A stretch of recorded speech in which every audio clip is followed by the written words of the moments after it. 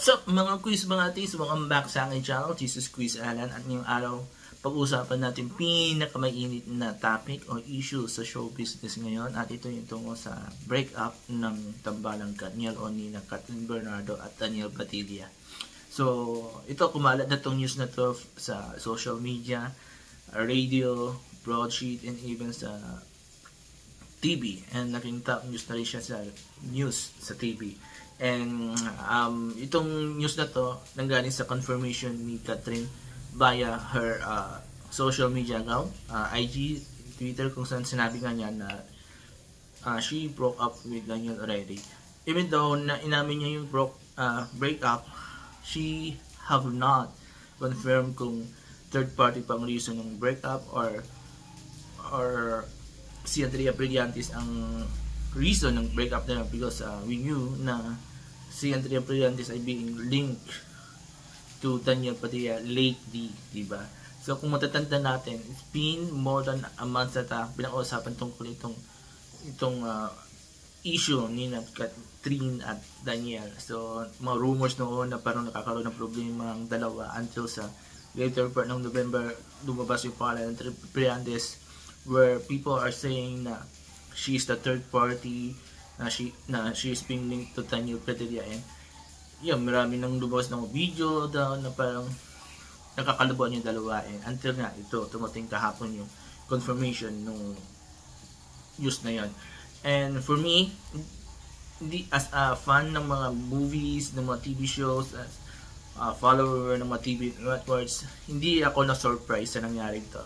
I was really expecting this because, one, sinabi ko na to in the past, nung gumawa ko ng reaction video ng mga shows at movie ni Kathryn at ng Daniel, na laging sinasabi na it's about time for them na i-end yung love team nila, because it's not healthy anymore for them na mag-continue as a love team, because the reason for what that is laging, yung parang lagi na for 11 years laging sila yung makasama, laging sila yung gumagawa ng projects at hindi sila hindi sila nagawa ng project outside the love team. Even though si Kathryn meron na siyang nagawa with Alden, and it was very successful, pero yung later sina projects nila, like kay Daniel, gumawa siya ng solo movie, si Kathryn gumawa siya ng solo movie na parehong hindi ganun super blockbuster. Even though yung kay Kathryn sinabi nila na naka 100 million sa back office, pero marami na po contradict doon na sinasabi nila na hindi raw, because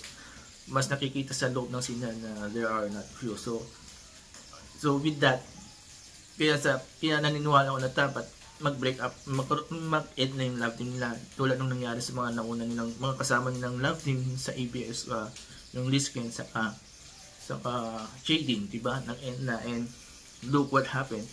So sa Jaden, naging successful si Nadine, and she's also already called horror queen.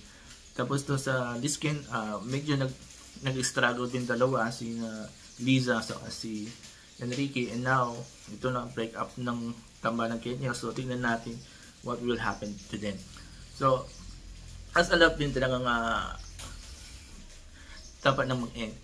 When it comes to naman to sa personal relationship ng dalawa at Katniel and Tarn, hindi ako masyadong invested dyan. So I've been following Katniel, pero never ako invested when it comes to yung personal relationship nilang dalawa, because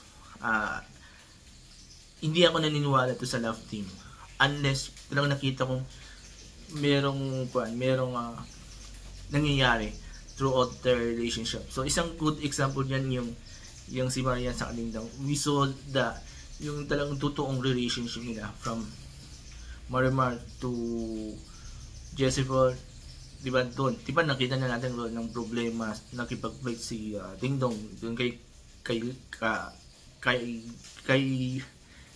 yung sa may Kylie I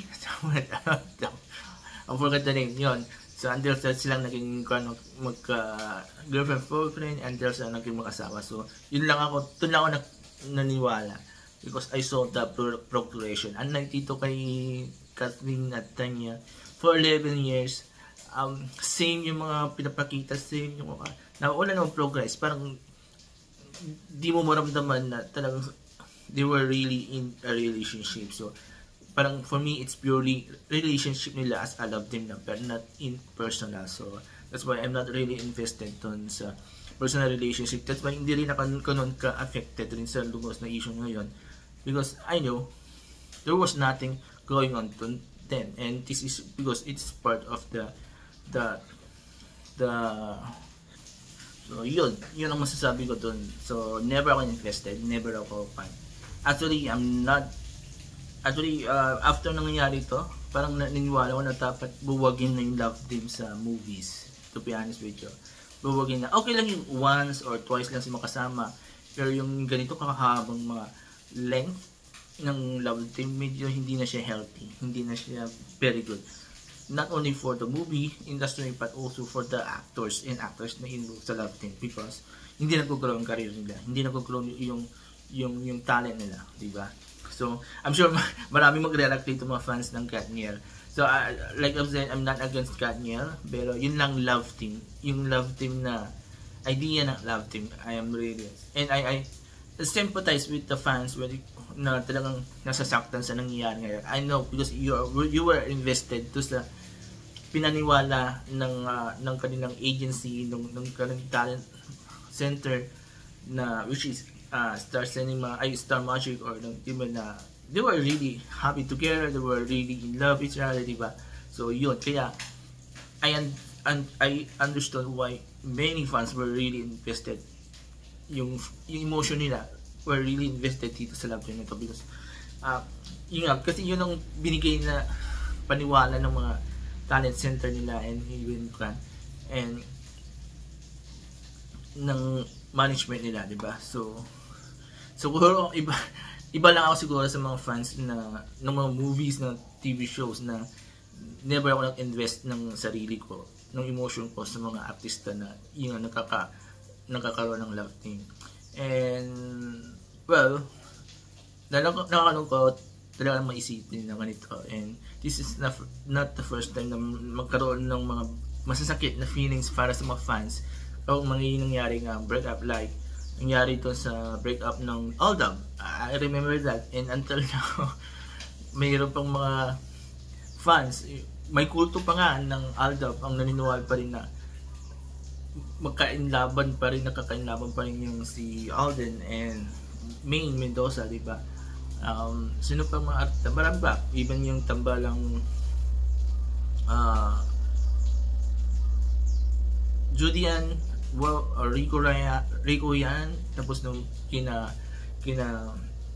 Angelo and Bobby. So yan, marami nag-invest dyan na talagang they were really hoping na sana nag-end in real life, diba, na together, diba? So yun. So yun lang masasabi ko about this news about the breakups. So as a fan, sana to all the fans actually, sana ma-realize nyo na itong mga artista na to, hindi yan pwedeng in love agad-agad, especially if they were forced to be team up, diba? And I hope sana tayong mga fans, we have to realize na these people, mayroon silang sariling emotion. Hindi ibig sabihin na they were together, they were really in love to each other. So yun, and tulad ng mga inamin ni na James Reid dati sa ani Lisa Soberano, na they were really forced to be in love to their partner, and this is what happened to Katniel. And yun nga, nabubulangan tayong mga fans about it, kasi nga that is what installed in our head by their management, their talent center, diba? So yun, so I hope sana tayo mga fans, we realize that, diba? Para kung dumating yung ganitong time na nagkakaroon ng breakup, hindi masakit, diba? And also, I'm very happy na yung marami na rin mga love teams ngayon na hindi masyado yung masyado pinapaniwala nila yung mga fans nila na they were together.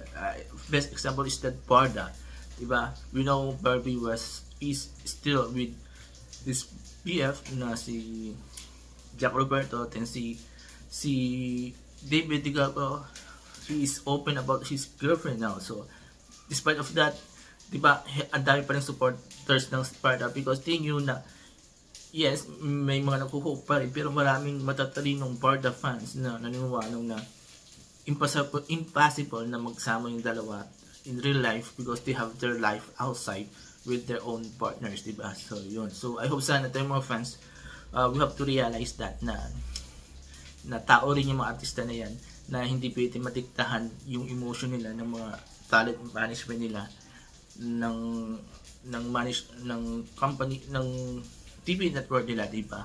They can choose who they want to love, diba? So and regarding to Andrea Brillantes, diba?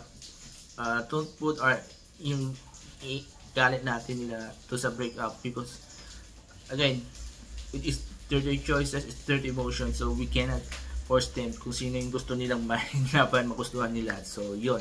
So siguro nagkataon lang na pumasok siya sa time na magka-love team pa rin yan. So we have to respect that. We have to respect the decision of Daniel. We have to respect the decision of Catherine, and we have to respect also Andrea, diba? So kahit siya pa yung nakikita natin masamang nilalang sa pagitan nitong breakup, diba? So yun. So I hope nagustuhan niyo itong opinion ko regarding this issue, and sana huwag kayo magalit. Again, I'm not against the love team of Katniel. I've been supporting their shows and movies also, pero yun na lang, sa idea ng love team, huwag tayo masyadong nagpapa-invest because tayo rin masasakpan, tayo rin yung mabibigatan sa nangyayari, diba? So yun, there you go. So kung nagustuhan yung pinigay kong opinion at reaction regarding this issue, mag-comment kayo dito sa baba, and I will read all your comments and I will try to reply back kung kailangan. So yun. So before I end this video, please don't forget these 4 things while watching my videos on my channels. Comment, like, share, and subscribe to my channel, The Alas Key Show, ang Pinoy Talagang channel, proudly from the vlog, and Tamat Lang People Presents. So have a nice day and bye-bye.